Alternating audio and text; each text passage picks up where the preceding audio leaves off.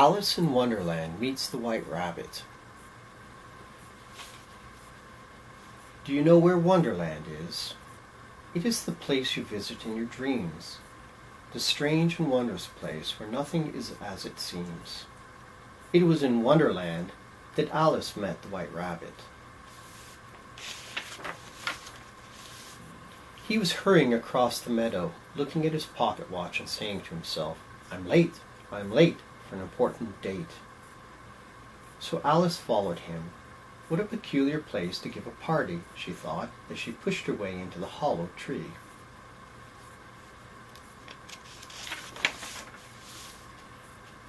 But before she could think any more, she began to slide on some slippery white pebbles inside, and then she began to fall. "Curious and curiouser," said Alice as she floated slowly down, past cupboards and lamps, a rocking chair, past clocks and mirrors, she met in midair. By the time she reached the bottom and landed with a thump, the White Rabbit was disappearing through a tiny little door, too small for Alice to follow him. Poor Alice, she was all alone in Wonderland, where nothing was just what it seemed. You know how things are in dreams.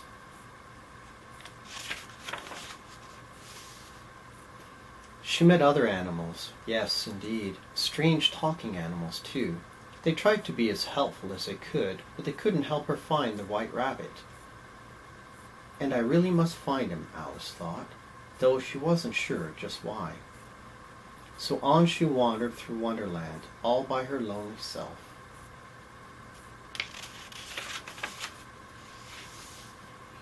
At last she reached a neat little house in the woods, with pink shutters and a little front door that opened, and out came the White Rabbit. "Oh, my twitching whiskers," he was saying to himself. He seemed very much upset. Then he looked up and saw Alice standing there. "Marianne," he said sharply. "Why, Marianne, what are you doing here?" "Well, don't just do something, stand there." "No, go get my gloves. I'm very late." "But late for what?" "That's just what Alice began to ask. "My gloves," said the White Rabbit firmly.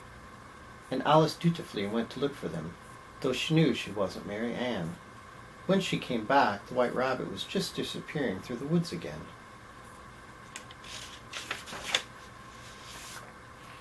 So off went Alice, trying to follow him through that strange, mixed-up Wonderland.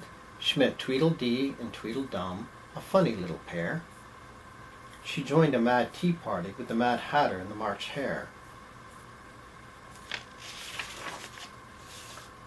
She met a Cheshire Cat who faded in and out of sight, and one strange creature, Jabberwock, whose eyes flamed in the night. They were all very kind, but they could not show Alice the way until— "There is a shortcut," she heard the Cheshire Cat say. So Alice took it. The shortcut led into a garden where gardeners were busy painting roses red. "We must hurry," they said, "for the Queen is coming." And sure enough, a trumpet blew, and a voice called, "Make way for the Queen of Hearts." Then out came a grand procession, and who should be the royal trumpeter for the cross-looking Queen but the White Rabbit, all dressed up and looking very fine. "Well," said Alice, "so this is why he was hurrying so." "Who are you?" snapped the Queen. "Do you play croquet?" "I'm Alice, and I'm just on my way home. Thank you for the invitation, but I really mustn't stay." "So," cried the Queen, "so she won't play. Off with her head, then." But Alice was tired of Wonderland now, in all its nonsensical ways. "Pooh," she said, "I'm not frightened of you. You're nothing but a pack of cards." And with that she ran back through the land of dreams, back to the river bank where she had fallen asleep.